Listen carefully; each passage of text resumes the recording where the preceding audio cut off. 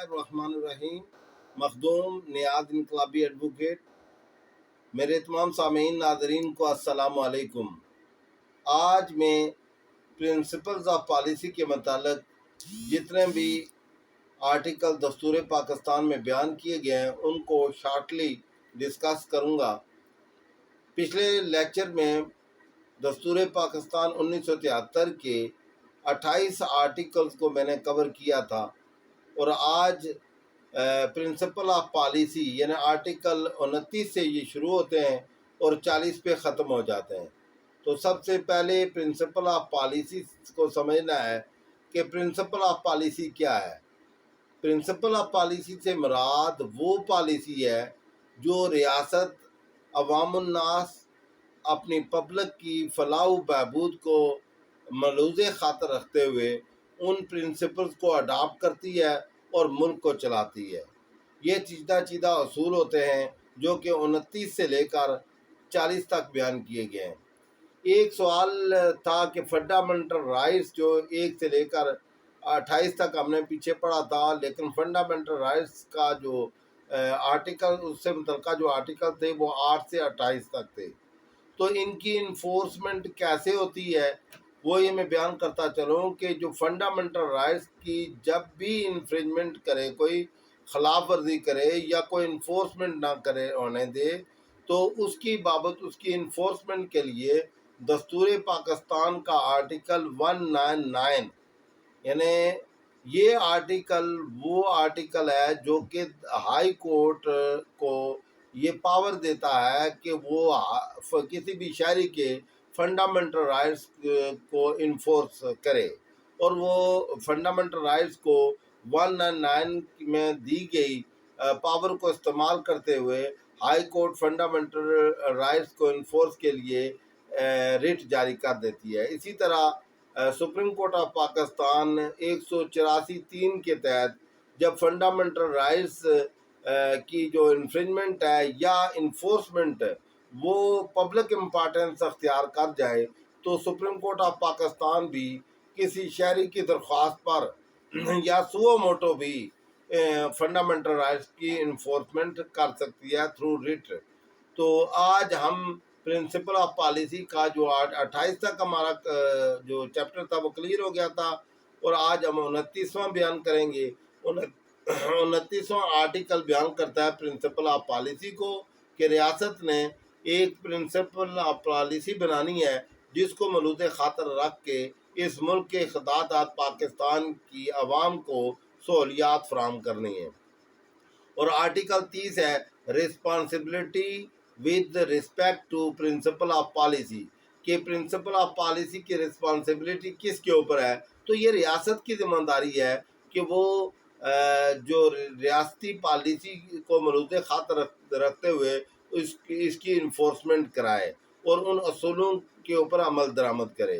اور اس طرح آگے اس میں ایک آرٹیکل 31 آتا ہے۔ 31 میں کہا گیا ہے کہ اسلامک وے آف لائف جو ہے وہ ہر شہری اڈاپٹ کرے گا، اور گورنمنٹ آف پاکستان اور ریاست یہ ایسے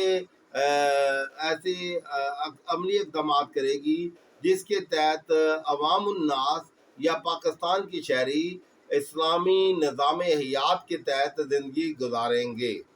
تو یہ جو آرٹیکل 31 ہے یہ بیان کرتا ہے کہ پاکستانی شہری اسلامک وے آف لائف کو اڈاپٹ کریں گے اور اسلام کے اصولوں کے مطابق زندگی گزاریں گے۔ آگے آ جاتا ہے آرٹیکل 32 میں یہ کہا گیا کہ چونکہ اقتدار اعلیٰ اگر اوپری سطح پہ ہو، اوپر والی سطح پہ ہو اور نیچے اقتدار نہ منتقل ہو تو گلی محلوں تک انصاف اور سہولیات کا پہنچنا بہت ہی مشکل ہو جاتا ہے۔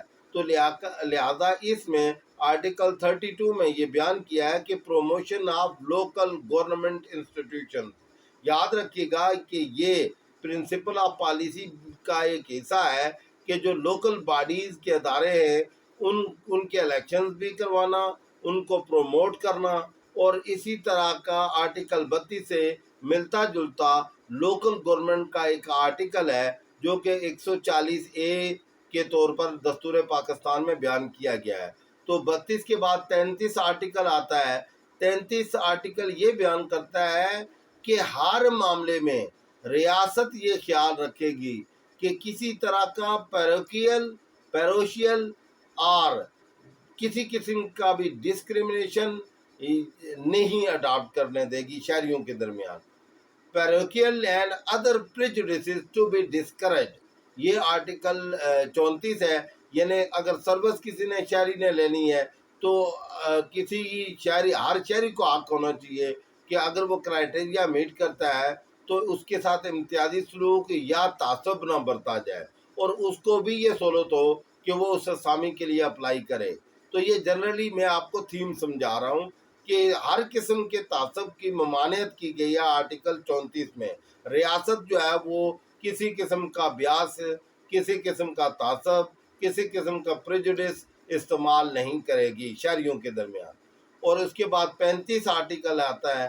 35 آرٹیکل فیملی کو پروٹیکشن کرتا ہے کہ ریاست کی یہ ذمہ داری ہے کہ وہ فیملی لائف کو پروٹیکٹ کرے اور اس کے لیے سہولیات فراہم کرے. تو پروٹیکشن آف فیملی رائٹ یہ آرٹیکل 35 ہے. اور اس کے بعد 36 آرٹیکل آتا ہے. 36 ہے پروٹیکشن آف مائنارٹیز. وہ یہ بیان کرتا ہے کہ جو پاکستان میں مائنارٹیز رہ رہی ہیں، اقلیتیں رہ رہی ہیں، دوسرے مذاہب، چونکہ مسلمان تو اکثریت میں ہیں، اور جو دوسرے مذاہب کے لوگ ہیں، کرسچن ہیں، ہندو ہیں، دوسرے لوگ ہیں، تو وہ بھی پاکستانی شہری، تو ان کے ساتھ کوئی امتیازی سلوک نہیں کیا جائے گا اور ان کا تحفظ کیا جائے گا. ہر لحاظ سے ان کو سیکیورٹیز فراہم کی جائیں گی. تو پروٹیکشن آف مائنارٹیز یہ آرٹیکل 36 ہے. اور اس کے بعد آرٹیکل 37 آتا ہے. 37 یہ کہتا ہے کہ promotion of social justice and eradication of social evils. Social justice جو ہے معاشرتی انصاف، یہ اسٹیٹ کی ذمہ داری ہے کہ عوام کو معاشرتی انصاف ملے، اور جو معاشرتی برائیاں ہیں یہ اسٹیٹ کا کام ہے کہ ان کو ختم کیا جائے. اور اس کے بعد آرٹیکل 38 آتا ہے. 38 یہ ہے، یہ پرنسپل آف پالیسی، یعنی ریاست کی یہ پالیسی میں بیان کر رہا ہوں. اس میں یہ ہے کہ promotion of social and economic well being of the people, یعنی پاکستانی عوام کے معاشی اور معاشی مالی حالات، ان کو اکنامک کنڈیشن کو بہتر کرنا تاکہ ان کا معیار زندگی بہتر ہو، پہلے سے مزید بہتر سے بہتر ہوتا چلا جائے. اور یہ ہو گیا تھا آرٹیکل 38. اس کے بعد آتا ہے آرٹیکل 39 میں یہ کہا گیا کہ participation of the people in armed forces, یعنی آرمڈ فورسز جو ہمارے پاکستان کی ہیں، اس میں عام پبلک وہ بھی پارٹیسپیٹ کر سکتی ہے، وہ بھی بھرتی ہو سکتی ہے، اور اس میں کوئی امتیازی سلوک کسی سیکٹ کے ساتھ، کسی مذہب کے ساتھ کوئی امتیازی سلوک نہیں کیا جائے گا. اور اس کے بعد آرٹیکل 40 آتا ہے. 40 آرٹیکل جو ہے وہ مسلم امہ اور پوری عالم دنیا سے متعلقہ ہے. مطلب کہ اسلام، ہماری جو پاکستان ہے یہ اسلام کی بنیادوں پر اس کی بنیاد رکھی گئی. اور کلمہ پاکستان کا مطلب کیا، لا الہ الا اللہ، اس بنیاد پر پاکستان کو حاصل کیا گیا تھا. لہذا آرٹیکل 40 یہ کہتا ہے کہ strengthening bond with Muslim world and promoting international peace, کہ اسٹیٹ نے تمام مسلم ممالک کے ساتھ اپنے تعلقات کو مزید استوار کرنا ہے، مضبوط کرنا ہے، اور پوری دنیا میں جو امن عامہ جس کو کہتے ہیں اس کو پروموٹ کرنا ہے. تو یہ ریاستی پالیسی کیا یہ ریٹ کے ذریعے انفورسمنٹ ہو سکتی ہے؟ تو اس کے اوپر میں یہ سوال ہے کہ کیا ریاستی پالیسی، اگر اسٹیٹ پالیسی جو ہے یا پرنسپل آف پالیسی جو 29 سے لے کر 40 تک کے جو آرٹیکل بیان ہوئے ہیں، تو اگر اس کی خلاف ورزی ہو رہی ہو تو کیا ہم گورنمنٹ کے خلاف جا سکتے ہیں؟ تو اس میں بے شمار ججمنٹس ایسی ہیں کہ بھائی فنڈامنٹل رائٹس کی خلاف ورزی یا عدم انفورسمنٹ کے لیے آپ ہائی کورٹ میں 199 کے تحت تو جا سکتے ہیں، لیکن اگر پرنسپل آف پالیسی کی کسی بھی آرٹیکل کی کو خلاف ورزی ہے تو اس کی انفورسمنٹ کے لیے ہم ہائی کورٹ میں نہیں جا سکتے. لہذا جو آرٹیکل 8 سے لے کر 28 تک بیان ہوا وہ فنڈامنٹل رائٹس ہیں، جس کی بابت ہم ریٹ میں جا سکتے ہیں، ہائی کورٹ میں بھی اور سپریم کورٹ آف پاکستان میں بھی، یعنی 184(3) کے تحت سپریم کورٹ میں جا سکتے ہیں اور 199 آرٹیکل کے تحت ہم ہائی کورٹ میں جا سکتے ہیں۔ لیکن اگر پرنسپل آف پالیسی کی خلاف ورزی ہو رہی ہو تو ہم ہائی کورٹ میں نہیں جا سکتے، یہ ریاست کی پالیسی ہے۔ تو اب ایک آرٹیکل تھا جو کہ انٹروڈکٹری 1 سے لے کر 7 تک جو آرٹیکل ہیں، اس میں جو آرٹیکل 4 اور 5 ہیں یہ بہت امپارٹنٹ ہے۔ آرٹیکل 4 کیا کہتا ہے؟ وہ کہتا ہے to enjoy protection of law and to be treated equally.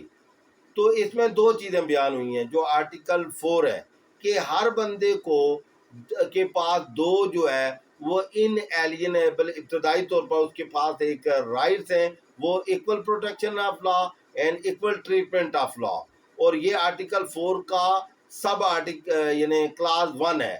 اور اس کے بعد جو کلاس 2 آتی ہے وہ انتہائی امپارٹنٹ ہے، اس میں 5 ان ایلینیبل رائٹس بیان کیے گئے ہیں۔ یاد رکھیے گا کہ فنڈامنٹل رائٹس ایک اور چیز کا نام ہے جو آرٹیکل 8 سے 28 تک بیان ہوئے، لیکن ان ایلینیبل رائٹس جو ہیں جو آرٹیکل 4(1) میں بھی بیان ہوئے اور 4(2) میں بھی بیان ہوئے۔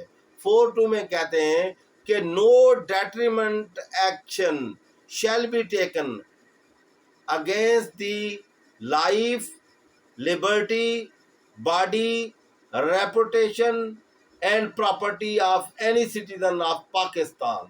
کسی بھی شہری جو پاکستانی شہری ہے اس کی زندگی، لائف یعنی right to life, right to reputation, right to body اور رائٹ ٹو پراپرٹی، یہ جو 5 قسم کے ان ایلینیبل رائٹس ہیں یہ فنڈامنٹل رائٹ سے مختلف ہیں۔